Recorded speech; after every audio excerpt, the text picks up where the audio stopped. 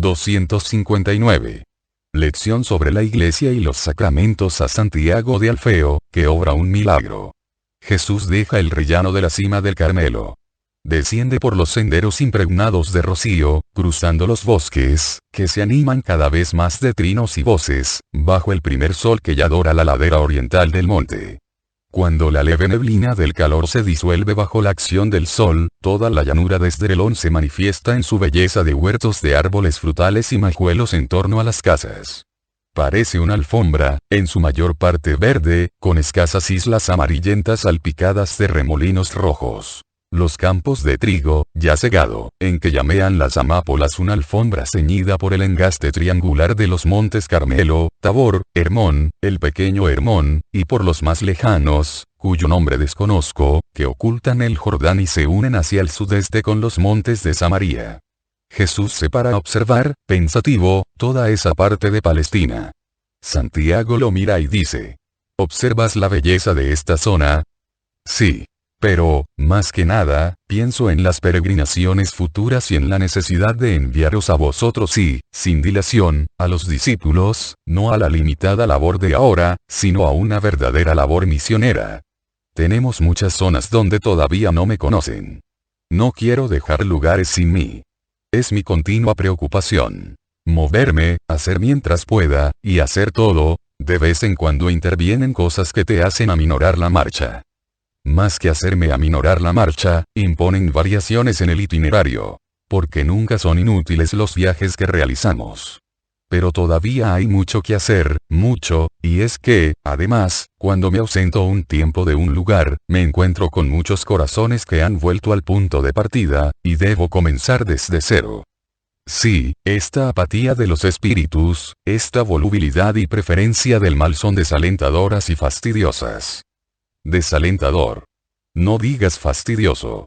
El trabajo de Dios no es nunca fastidioso. Las pobres almas deben producirnos compasión, no fastidio. Tenemos que tener siempre un corazón de padre bueno. Un padre bueno nunca siente fastidio por las enfermedades de sus hijos. Y no tenemos que sentirlo nosotros por ninguno. Jesús, ¿me permites hacerte algunas preguntas? No he dormido esta noche tampoco, pero he pensado mucho y te miraba mientras dormías. Cuando duermes pareces muy joven, hermano.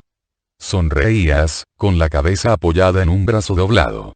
Verdaderamente una postura de niño. Te veía bien porque esta noche había una luna muy luminosa. Pensaba. Y me han sobrevenido muchas preguntas del corazón, dilas. Decía. Tengo que preguntar a Jesús cómo vamos a conseguir llegar con nuestra insuficiencia a este organismo que has llamado Iglesia, en el cual, si no he entendido mal, habrá jerarquías. ¿Nos vas a decir todo lo que tenemos que hacer, o lo tendremos que hacer por nuestra cuenta? Cuando llegue la hora, os indicaré quién será la cabeza. No más. Durante mi presencia entre vosotros, os estoy indicando las distintas clases, con las diferencias entre apóstoles, discípulos y discípulas. Porque son inevitables. Pero mi voluntad es que, de la misma forma que en los discípulos debe haber respeto y obediencia hacia los apóstoles tengan amor y paciencia para con los discípulos. ¿Y qué tenemos que hacer? Predicarte continuamente. Solo predicarte.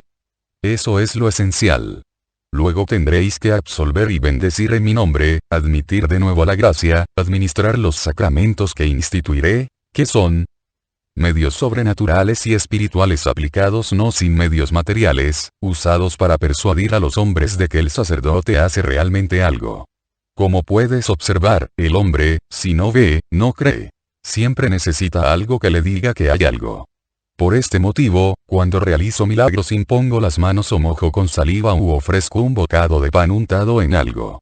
Podría hacer milagros solo con mi pensamiento.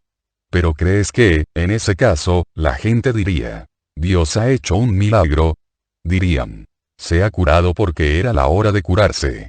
Y atribuirían el mérito al médico, a las medicinas, a la resistencia física del enfermo. Lo mismo será para los sacramentos. Formas del culto para administrar la gracia, o devolverla, o fortalecerla en los fieles. Juan, por ejemplo, usaba la inmersión en agua para dar una figura de la purificación de los pecados. En realidad, la mortificación de confesar la propia impureza por los pecados cometidos era más útil que el agua que lavaba los miembros. Yo también tendré el bautismo, mi bautismo, que no será simplemente una figura, sino realmente eliminación en el alma de la mancha original y restitución al alma del estado espiritual, aumentado por conferirlo los méritos del hombre Dios, que poseían Adán y Eva antes de su pecado. Pero, el agua no desciende al alma. El alma es espiritual. ¿Quién podrá cogerla en el recién nacido, en el adulto o en el anciano? Nadie. ¿Ves que tú mismo admites que el agua es un medio material nulo en lo espiritual? Por tanto, no será el agua, sino la palabra del sacerdote, miembro de la Iglesia de Cristo, consagrado a su servicio, o de otro verdadero creyente que en casos excepcionales lo sustituya, la que obrará el milagro de la redención del bautizado de la culpa original. De acuerdo. Pero el hombre es pecador también por sí mismo, ¿quién quitará los otros pecados? El sacerdote lo mismo, Santiago. Si un adulto se bautiza, junto con la culpa de origen quedarán canceladas las otras culpas. Si este hombre está ya bautizado y vuelve a pecar, el sacerdote le absolverá en nombre del Dios uno y trino y por el mérito del Verbo encarnado, como hago yo con los pecadores. Pero tú eres santo. Nosotros debéis ser santos, porque tocáis cosas santas y administráis cosas de Dios. Vamos a bautizar varias veces al mismo hombre, como hace Juan, que concede la inmersión en el agua todas las veces que uno se acerca a él. Juan, con su bautismo, solamente lleva a cabo una purificación a través de la humildad de la persona que entra en el agua. Ya te lo he dicho. No bautizaréis por segunda vez a quien ya haya sido bautizado, excepto en el caso de que haya sido bautizado con una fórmula no apostólica sino cismática. En este caso se puede administrar un segundo bautismo, previa expresa petición del interesado, si es adulto, y expresa declaración de querer formar parte de la verdadera iglesia. En las otras ocasiones, para devolver la amistad y la paz con Dios, usaréis la palabra del perdón unida a los méritos del Cristo, y el alma que se haya acercado a vosotros con verdadero arrepentimiento y humilde acusación será absuelta. ¿Y si una persona no puede venir por estar tan enfermo que no se le puede mover de su sitio? ¿Morirá, entonces, en pecado? ¿Al sufrimiento de la agonía añadirá el del miedo al juicio de Dios? No. El sacerdote irá donde el moribundo y lo absolverá. Es más, le dará una forma más amplia de absolución, no global sino para cada uno de los órganos de los sentidos, a través de los cuales el hombre generalmente comete el pecado. Tenemos en Israel el óleo santo, preparado según la regla dada por el Altísimo. Con él se consagra el altar, se consagra al pontífice, a los sacerdotes y al rey. El hombre es realmente altar, recibe la realeza por su elección para un solio del cielo. Por tanto, puede ser consagrado con el óleo de la unción. El óleo santo, con otras partes del culto israelita, pasará a mi iglesia, si bien con otros usos. Porque no todo en Israel está mal y hay que rechazarlo. Antes al contrario, en mi iglesia habrá muchos recuerdos de la cepa antigua. Uno de ellos será el óleo de la unción, que será usado también en la iglesia para consagrar el altar y a los pontífices y jerarquías eclesiásticas, a todas, y para consagrar a los reyes, y a los fieles, cuando sean constituidos príncipes herederos del reino en el momento de la mayor necesidad del máximo auxilio para comparecer ante Dios con miembros y sentidos purificados de toda culpa. La gracia del Señor socorrerá alma y cuerpo, si esto place a Dios para bien del enfermo. Muchas veces, contribuyen a que el cuerpo no reaccione contra la enfermedad los remordimientos que turban la paz, y la acción de Satanás, que, con esa muerte, espera ganar un alma para su reino y hacer que se desesperen los que todavía viven. El enfermo pasa de la opresión satánica y turbación interior a la paz mediante la certeza del perdón de Dios, que le confiere al mismo tiempo el que Satanás se aleje. Pues bien, si tenemos en cuenta que, en Adán y Eva, el don de la inmunidad de enfermedades y de cualquier forma de dolor acompañaba al don de la gracia, pues entonces el enfermo, devuelto a la gracia, grande como la de un recién nacido que haya recibido mi bautismo, puede obtener también la victoria sobre la enfermedad. En esto debe ser ayudado por la oración de los hermanos en la fe, que tienen la obligación de la piedad hacia el enfermo, piedad no solo corporal sino, sobre todo, espiritual, orientada a obtener que el hermano se salve física y espiritualmente. La oración, de por sí, ya es una forma de milagro, Santiago. Como has visto en el caso de Elías, la oración de un justo puede hacer mucho. Te comprendo poco, pero lo que comprendo me llena de reverencia hacia el carácter sacerdotal de tus sacerdotes. Si no he entendido mal, tendremos contigo muchos puntos en común. Predicación, absolución, milagro. O sea, 3 sacramentos. No, Santiago, la predicación y el milagro no son sacramentos. Los sacramentos serán más, 7, como el sacro candelabro del templo y los dones del Espíritu de amor. En verdad, dones y llamas son los sacramentos, otorgados para que el hombre arda ante el Señor por los siglos de los siglos.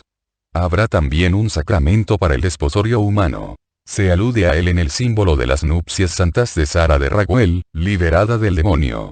Este sacramento proporcionará a los esposos todos los auxilios para convivir santamente según las leyes y deseos de Dios. El marido y la mujer también serán ministros de un rito, el rito procreador, y sacerdotes de una pequeña iglesia, la familia. Deberán, por tanto, ser consagrados para procrear con la bendición de Dios, y para educar a una prole en cuyo seno se bendiga el nombre santísimo de Dios. Y a nosotros, los sacerdotes, ¿quién nos va a consagrar? Yo, antes de dejaros. Luego vosotros consagraréis a los sucesores y a cuantos agreguéis para propagar la fe cristiana. Nos vas a enseñar tú, ¿verdad? Yo y aquel que os he de enviar. Su venida será también un sacramento voluntario por parte de Dios Santísimo en su primera epifanía, otorgado, luego, por los que hayan recibido la plenitud del sacerdocio. Será fuerza e inteligencia, afirmación en la fe, piedad santa y santo temor, consejo auxiliador y sabiduría sobrenatural, posesión de una justicia que por su naturaleza y poder hará adulto al niño que la reciba. Pero, todavía no puedes comprender esto. Él mismo te lo hará comprender. Él, el divino Paráclito, el amor eterno, cuando lleguéis al momento de recibirlo en vosotros. Y así, por ahora, no podéis comprender otro sacramento. Es tan sublime que es casi incomprensible para los ángeles, y, no obstante, vosotros, simples hombres, lo comprenderéis por virtud de fe y de amor. En verdad te digo que quien lo ame y lo haga alimento de su espíritu podrá pisotear a demonios sin sufrir daño. Porque yo estaré entonces con él. Trata de recordar estas cosas, hermano. A ti te tocará decírselas a tus compañeros y a los fieles, muchísimas veces. Para ese entonces, sabréis ya por ministerio divino. Pero tú podrás decir, me lo dijo un día, bajando del Carmelo. Me dijo todo porque desde entonces estaba destinado a ser la cabeza de la iglesia de Israel. Debo hacerte otra pregunta. La he pensado esta noche. Tengo que ser yo quien diga a los compañeros. Seré la cabeza aquí. No me gusta. Lo haré si lo ordenas, pero no me gusta. No temas. El Espíritu Paráclito descenderá sobre todos y os dará pensamientos santos. Todos tendréis los mismos pensamientos para la gloria de Dios en su iglesia. Y no volverán a darse nunca estas discusiones tan desagradables que hay ahora. Y Judas de Simón no será ya un elemento que produzca malestar. No. Tranquilo. No lo será ya. De todas formas habrá todavía divergencias. Por eso precisamente te he dicho. Vela y cuida incansablemente, cumpliendo tu deber con totalidad. Otra pregunta, mi señor. En tiempo de persecución, ¿cómo me debo comportar? Parece, según lo que dices, que de los 12 el único que vaya a quedarse sea yo. Sea, los otros se irán huyendo de la persecución. ¿Y yo?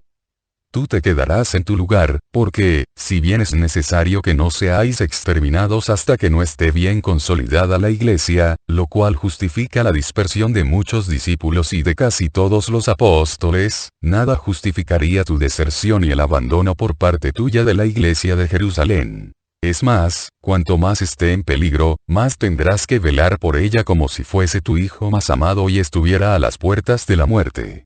Tu ejemplo fortalecerá el espíritu de los fieles. Tendrán necesidad de ello para superar la prueba. Cuanto más débiles los veas, más los deberás sostener, con compasión y sabiduría. No seas inmisericorde con los débiles aunque tú seas fuerte. Antes bien, sosténlos, pensando. Para alcanzar esta fortaleza que tengo, he recibido todo de Dios. Humildemente debo decirlo y ser caritativo con los que han recibido menos dones de Dios, y entrega tu fuerza, con la palabra, la ayuda, la calma, el ejemplo. ¿Qué debo hacer si hay fieles malos, causa de escándalo y de peligro para los demás? Prudencia al aceptarlos, porque es mejor ser pocos buenos que muchos no buenos. Ya conoces el viejo apólogo de las manzanas sanas y deterioradas. Haz que no se dé esto en tu iglesia. Pero si encuentras tú también tus traidores, trata por todos los medios de hacerlos cambiar, reservando las medidas severas como último recurso. Si se trata solo de pequeñas culpas, individuales, no manifiestes una severidad apabullante. Perdona, para redimir a un corazón, es más eficaz el perdón sazonado de lágrimas y palabras de amor que no un anatema.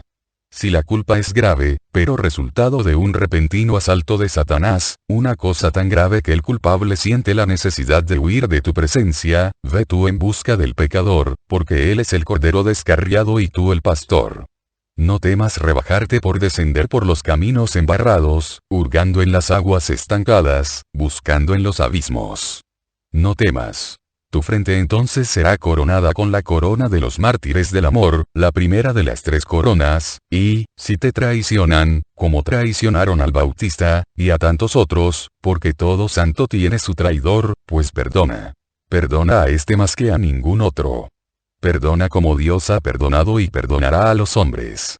Sigue llamando hijo a quien te cause dolor, porque así os llama el Padre a través de mi boca, y, en verdad, no hay ningún hombre que no haya causado dolor al Padre de los cielos. Un largo silencio mientras atraviesan pastos tachonados de ovejas que pasen. Al final, Jesús dice: ¿No tienes otras preguntas que hacerme? No, Jesús. Y esta mañana he comprendido mejor mi tremenda misión, porque estás menos turbado que ayer. Cuando llegue tu hora, te sentirás aún más en paz y comprenderás mejor todavía. Recordaré todas estas cosas, todas, menos, que, Santiago, lo que esta noche no me dejaba mirarte sin llorar. Eso que no sé si verdaderamente me lo has dicho tú, y, como dicho por ti, tendría que creerlo si ha sido una turbación demoníaca. Pero, ¿cómo podrías estar tan sereno si eso te fuera a suceder verdaderamente? Estarías sereno si te dijera: allá hay un pastor que renquea porque está impedido de una pierna. ¿Trata de curarlo en nombre de Dios? No, mi señor. Me sentiría como fuera de mí pensando en la tentación de usurpar tu puesto. ¿Y si te lo mandara? Lo haría por obediencia. No me turbaría en absoluto, porque sabría que sería voluntad tuya. No tendría miedo a no ser capaz, porque está claro que tú, al mandarme, me darías la fuerza de cumplir tu voluntad. Tú lo has dicho. Es así. Piensa entonces que yo, obedeciendo al Padre, estoy siempre en paz. Santiago llora con la cabeza baja. ¿Quieres verdaderamente olvidar? Lo que quieras tú, Señor, puedes elegir entre 2 cosas. Olvidar o recordar. Olvidar te liberará del dolor y del silencio absoluto ante tus compañeros, pero te dejará sin preparación. Recordar te preparará para tu misión, porque basta recordar lo que sufre en su vida terrena el Hijo del Hombre para no quejarse nunca y vigorizarse espiritualmente viendo toda la realidad de Cristo en su más luminosa luz. Elige. Creer, recordar, amar. Esto es lo que querría. Y morir, lo antes posible, Señor. Y Santiago sigue llorando en silencio. Si no fuera por las gotas de llanto que brillan en su barba castaña, no se sabría que está llorando. Jesús lo deja llorar. Al final Santiago dice: ¿y si más adelante vuelves a aludir a tu martirio, debo decir que lo sé? No. Guarda silencio. José supo callar respecto a su dolor de esposo que se creía traicionado, así como respecto al misterio de la concepción virginal y de mi naturaleza. Imítalo. Aquello era también un secreto tremendo, un secreto que había que custodiar, porque el no custodiarlo, por orgullo o ligereza, habría significado poner en peligro toda la redención. Satanás es constante en la vigilancia y en la acción. Recuérdalo.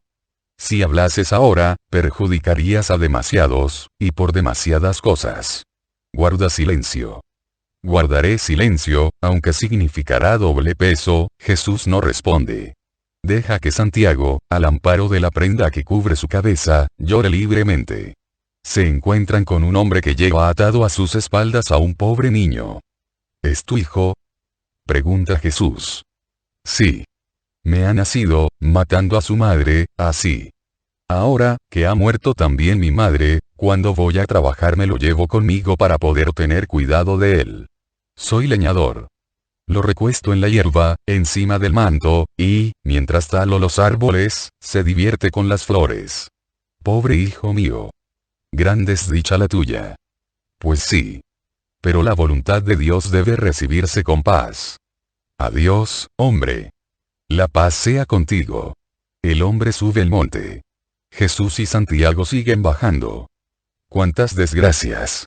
Esperaba que lo curases, suspira Santiago. Jesús no da muestras de haber oído. Maestro, si ese hombre hubiera sabido que eres el Mesías, quizás te hubiera pedido el milagro.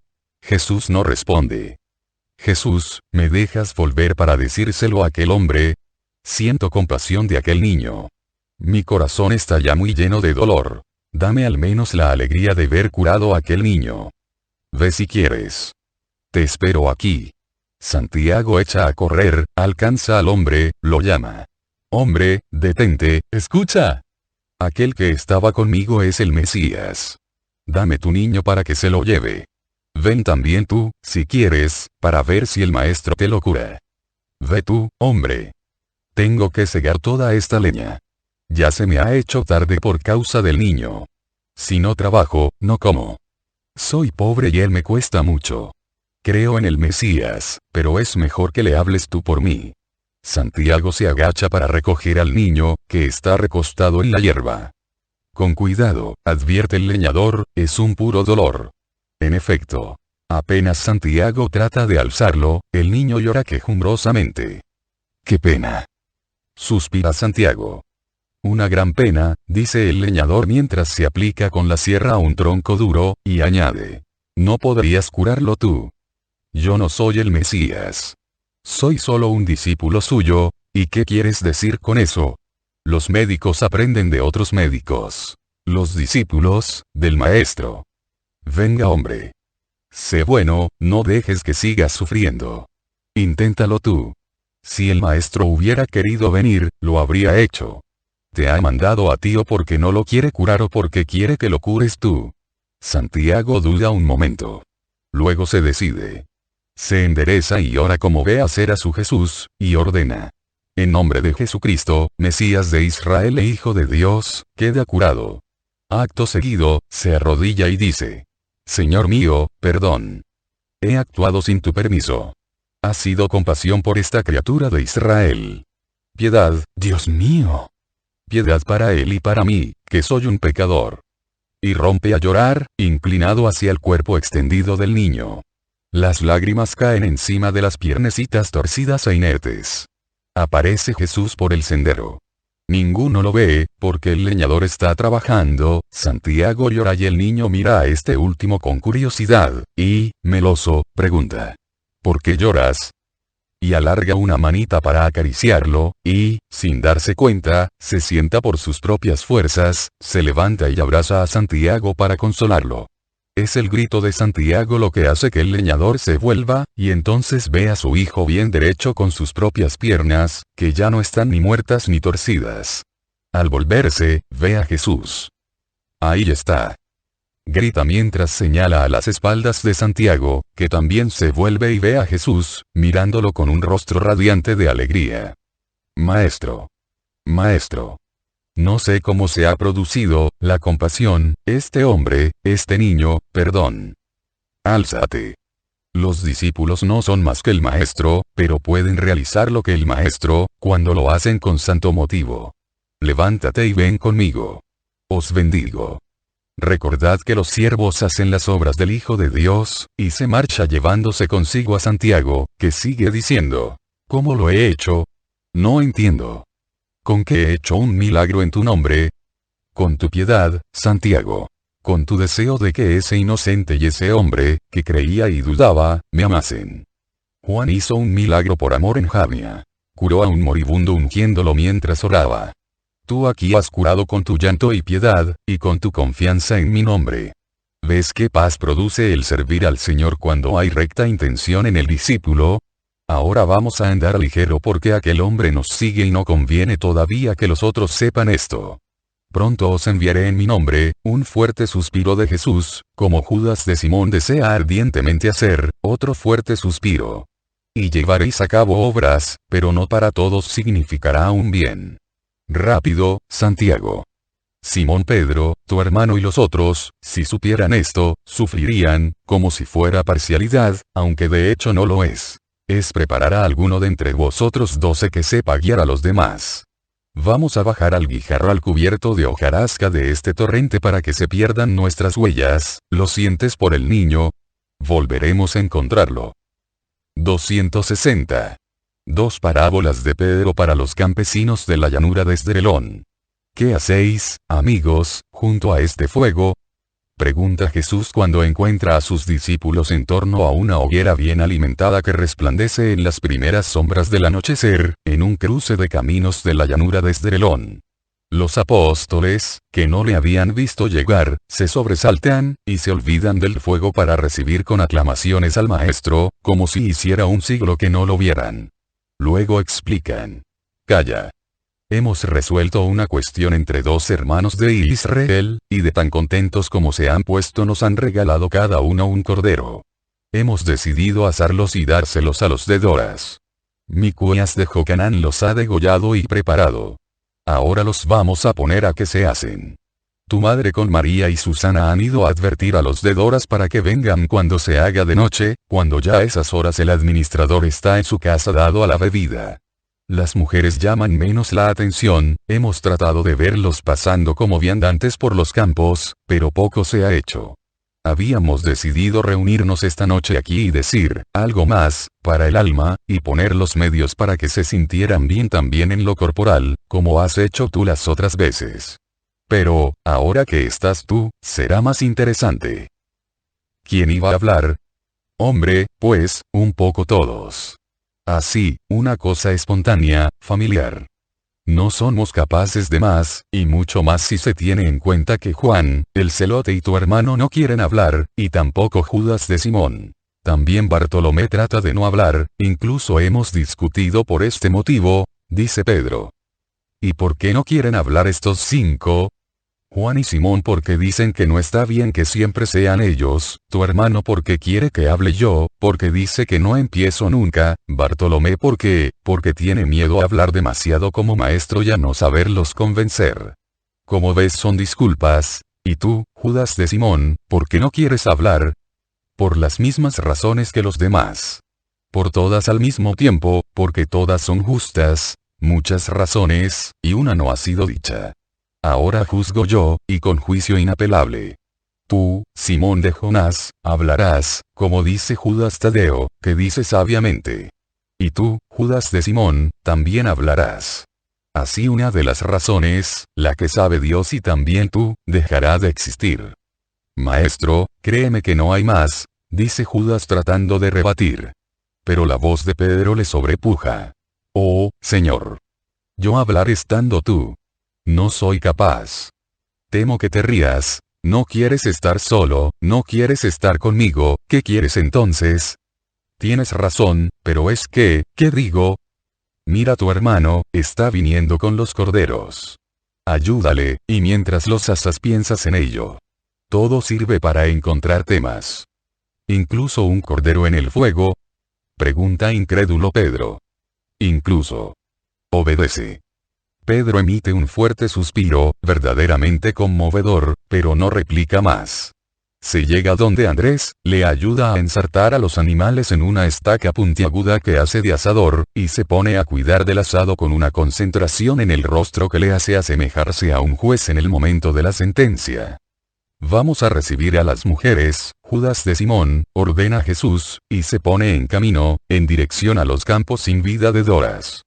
Un buen discípulo no desprecia lo que su maestro no desprecia, Judas, dice, un rato después, sin preámbulos. Maestro, no es que desprecie, lo que pasa es que, como Bartolomé, siento que no me entenderían, y prefiero no hablar. Natanael lo hace por miedo a no cumplir mi deseo, o sea, iluminar y levantar los corazones.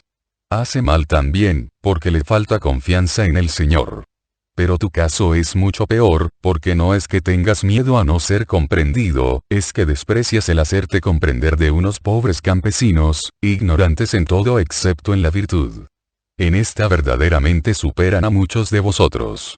Todavía no has entendido nada, Judas. El Evangelio es realmente la buena nueva comunicada a los pobres, enfermos, esclavos, afligidos. Luego será también de los demás, pero se da precisamente para que los infelices, de todo tipo de infelicidad, reciban ayuda y consuelo. María, Cleofás y Susana salen de entre una espesura. Hola, madre. Paz a vosotras, mujeres. Hijo mío. He ido a ver a esos, torturados. Pero he recibido una noticia que sirve para que mi sufrimiento no exceda los límites. Dora se ha liberado de estas tierras y han pasado a Jocanán. No es que sea un paraíso, pero ya no es aquel infierno. Hoy se lo ha dicho a los campesinos el administrador. Él ya se ha marchado, llevándose en los carros hasta el último grano de trigo, de forma que ha dejado a todos sin comer. Y como, además, el vigilante de Jocanán hoy tiene comida solamente para los suyos, pues los de Dora se habrían tenido que quedar sin comer. Ha sido verdaderamente providencia esos corderos. También es providencia el que no sean ya de Doras. Hemos visto sus casas, son unos cuchitriles, dice escandalizada Susana. Están contentos todos esos pobrecillos. Termina María Cleofás. También yo estoy contento. En todo caso, estarán mejor que antes, responde Jesús, y vuelve hacia donde están los apóstoles.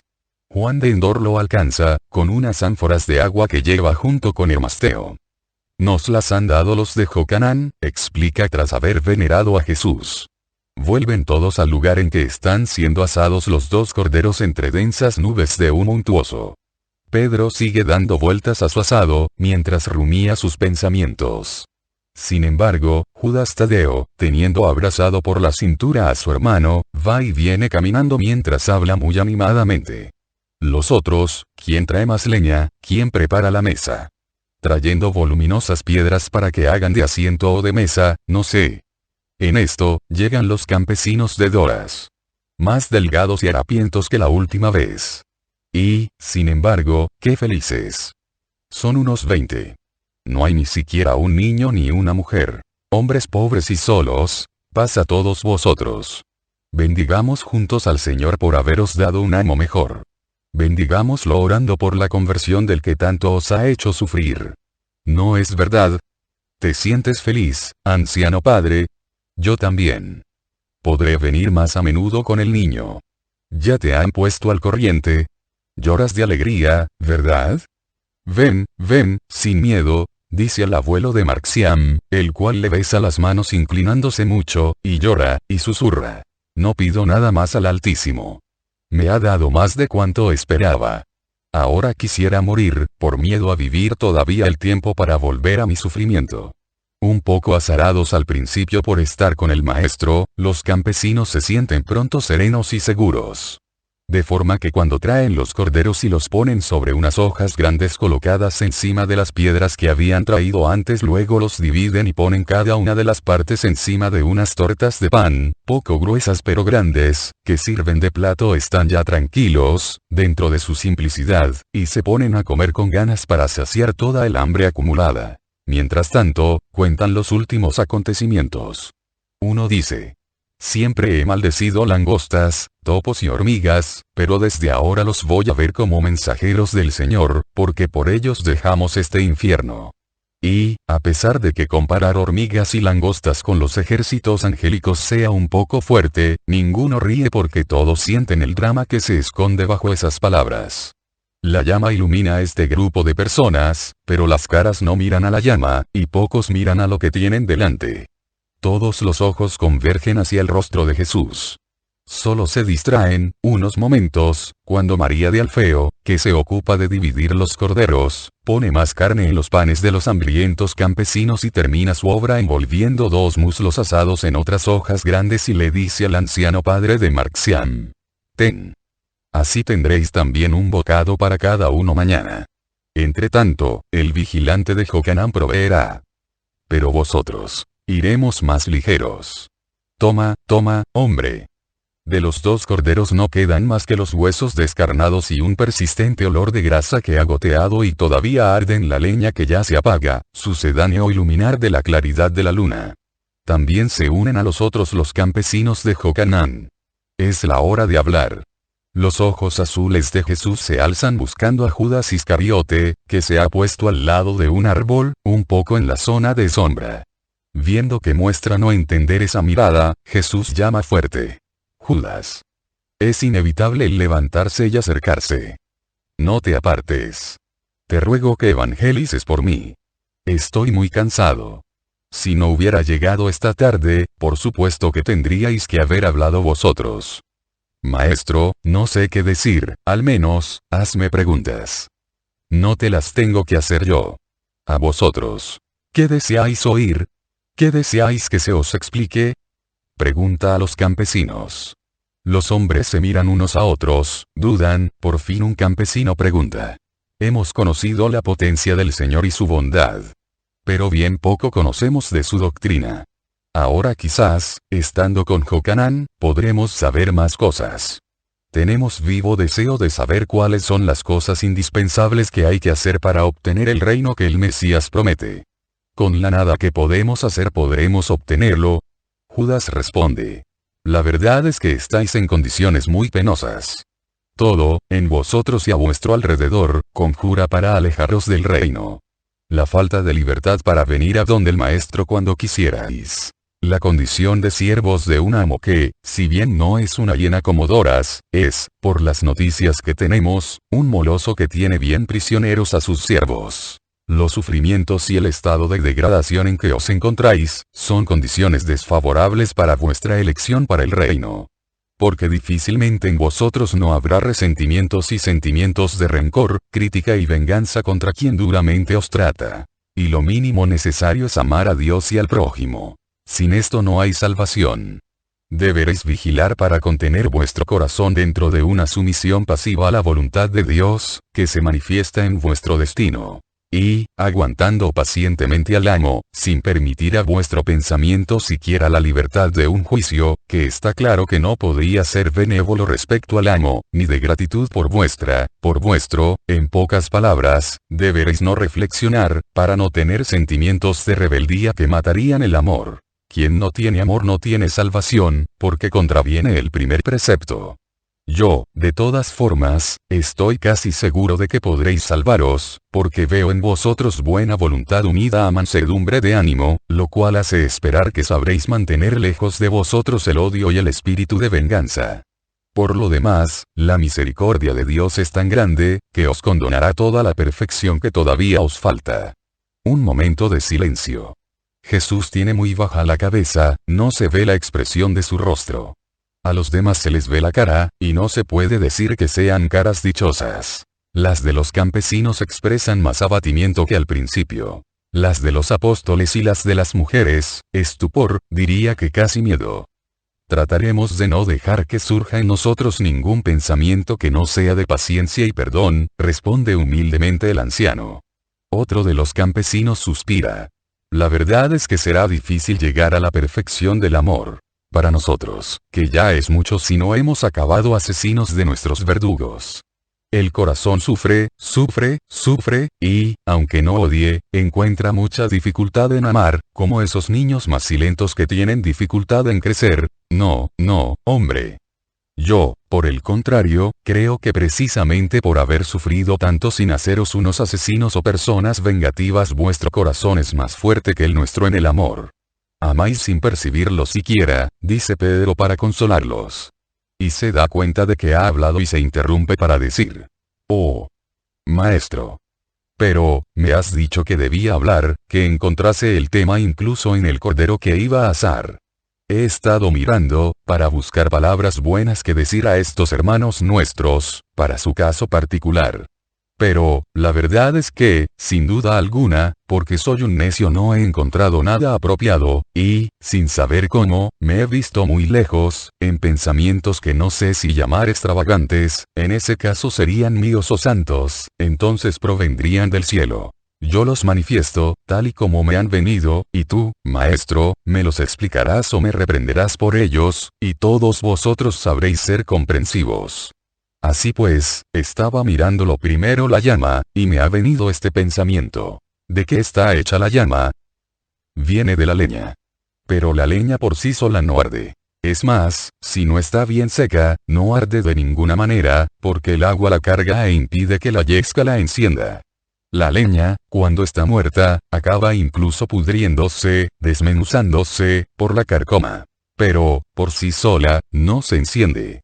Ahora bien, si una persona la prepara adecuadamente, y le acerca la yesca y el eslabón, y hace saltar la chispa, y favorece que la chispa prenda soplando en las ramas delgadas para aumentar la llamita inicial porque se empieza siempre por las cosas más menudas, entonces la llama brota, prende fuerte, se hace útil, arremete contra todo, hasta los troncos más gruesos.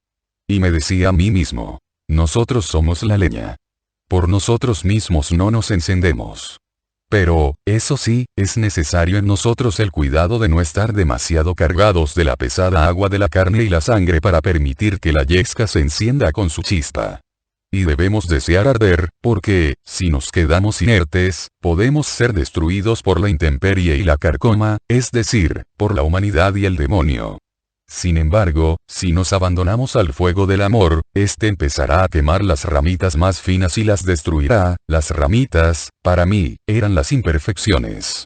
Luego aumentará y arremeterá contra la leña más gorda, o sea, las pasiones más fuertes. Nosotros, que somos leña, cosa material, dura, opaca, incluso fea, vendremos a ser esa cosa hermosa, incorpórea, ágil, espléndida, que es la llama. Todo esto por habernos prestado al amor, que es el eslabón y la yesca, que de nuestro mísero ser de hombres pecadores hacen ángeles del tiempo futuro, ciudadanos del reino de los cielos. Este ha sido un pensamiento. Jesús ha alzado un poco la cabeza y está escuchando con los ojos cerrados y un asomo de sonrisa en sus labios. Los demás miran a Pedro, todavía con estupor, pero ya sin temor. Él sigue hablando tranquilo. Mirando a los animales que se estaban asando, me ha venido otro pensamiento. No digáis que soy pueril en mis pensamientos. El maestro me había dicho que los buscara en lo que veía, he obedecido. Bien, pues estaba mirando a los corderos, y decía, son dos seres inocentes y mansos. Nuestra escritura está llena de dulces alusiones al Cordero, tanto para recordar al Mesías prometido y Salvador, ya desde la alusión a él en el Cordero mosaico, como para decir que Dios tendrá compasión de nosotros. Lo dicen los profetas. Viene a congregar a sus ovejas, a socorrer a las heridas, a cargar sobre sí a las que tienen algún miembro fracturado. ¡Cuánta bondad! Decía. ¿Cómo tener miedo de un Dios que promete tener tanta compasión con nosotros, miserables? Pero decía también tenemos que ser mansos, al menos mansos, dado que no somos inocentes. Mansos, y estar deseosos de que el amor nos consuma. Porque, hasta el más bonito y puro de los corderitos, una vez matado, ¿en qué acaba, si el fuego no lo asa? Pues en carroña podrida. Mientras que, si lo envuelve el fuego, viene a ser alimento sano y bendito. Y concluía. En definitiva, todo el bien lo hace el amor, que nos aligera de los lastres de nuestra humanidad, nos hace resplandecientes y útiles, nos hace buenos ante los hermanos y gratos a Dios. Sublima nuestras buenas cualidades, hasta un nivel que recibe su nombre de virtudes sobrenaturales. Y quien es virtuoso es santo, quien es santo posee el cielo. Por tanto, lo que nos abre los caminos de la perfección no es ni la ciencia ni el miedo, sino el amor, el cual, mucho más que el temor al castigo, nos mantiene alejados del mal por el deseo de no entristecer al Señor, nos hace sentir compasión de nuestros hermanos y amarlos, porque vienen de Dios. Por tanto, el amor es la salvación y santificación del hombre. En estas cosas pensaba mientras miraba mi asado, obedeciendo a mi Jesús. Perdonad si son solo estas, pero a mí me han hecho bien. Os las entrego con la esperanza de que también a vosotros os hagan bien. Jesús abre los ojos. Ahora están radiantes. Alarga un brazo y pone la mano en el hombro de Pedro. Verdaderamente has encontrado las palabras que debías. La obediencia y el amor han hecho que las encontrarás. La humildad y el deseo de consolar a tus hermanos harán de ellas estrellas en su cielo oscuro. Dios te bendiga, Simón de Jonás. Que Dios te bendiga a ti, maestro mío. ¿No vas a hablar? Mañana los campesinos entrarán en su nueva condición de dependencia. Bendeciré su entrada con mi palabra.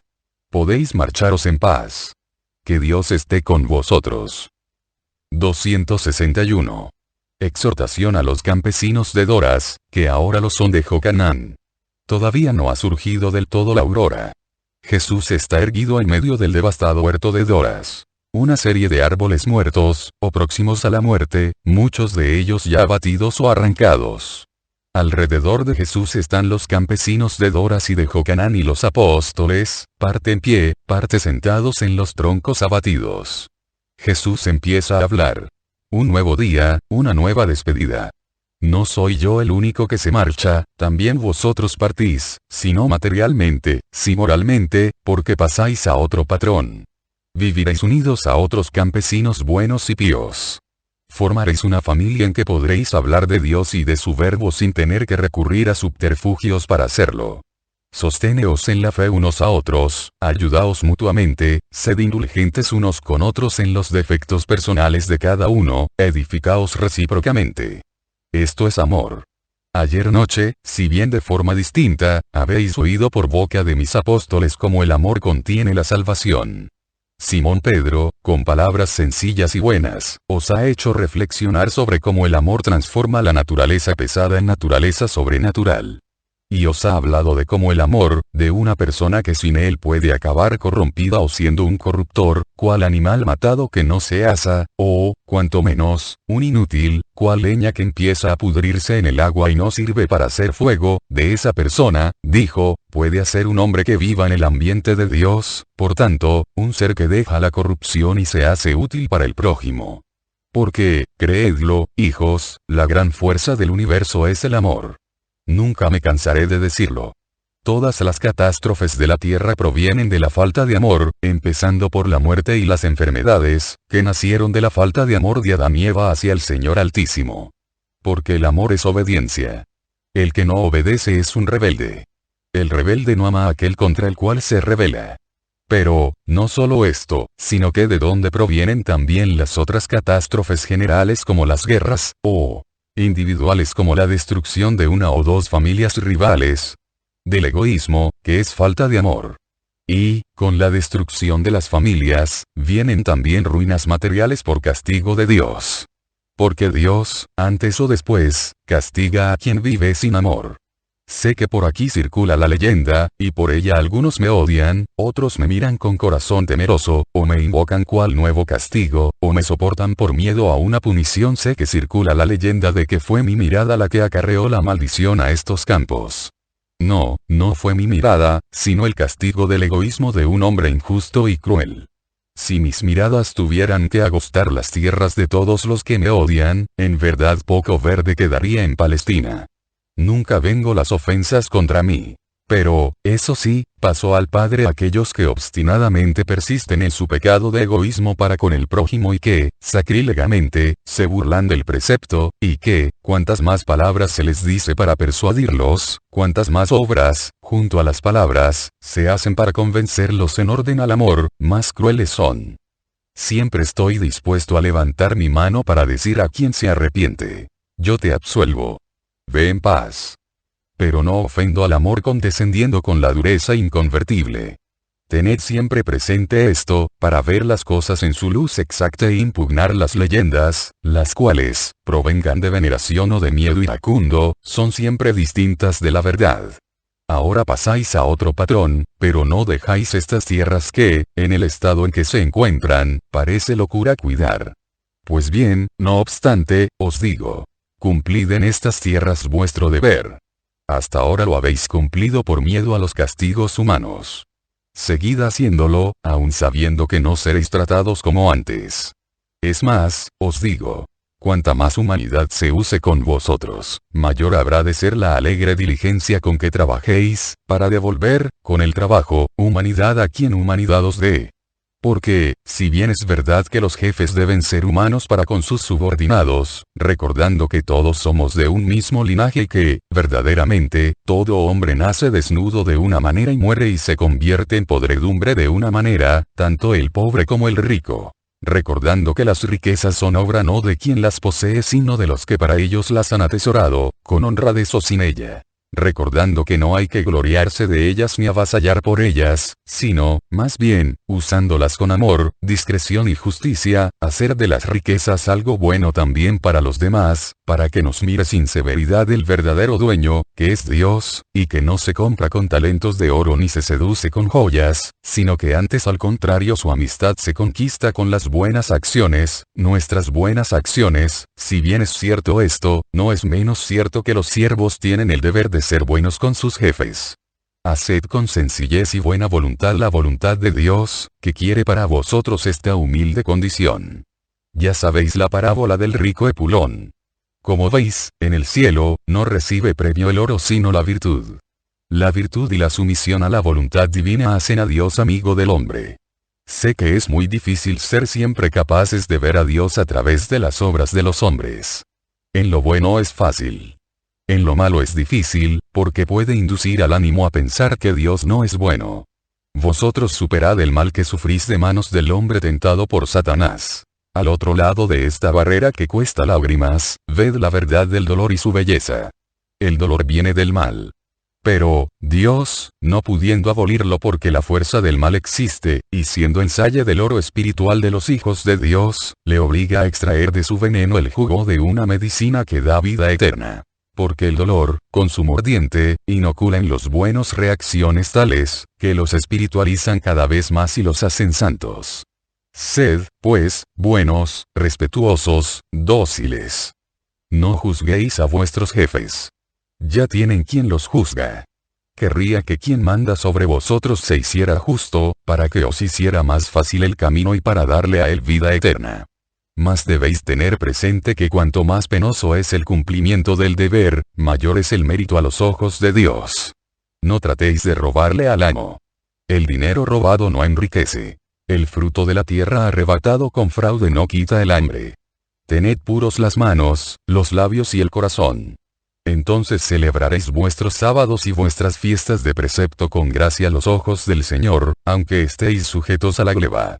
Verdaderamente vuestro esfuerzo tendrá más valor que no la hipócrita oración de los que van a cumplir el precepto para ser alabados por la gente, contraviniendo en realidad del precepto al desobedecer a la ley, que dice que debes cumplir tú y cuantos viven en tu casa el precepto del sábado y de las solemnidades de Israel.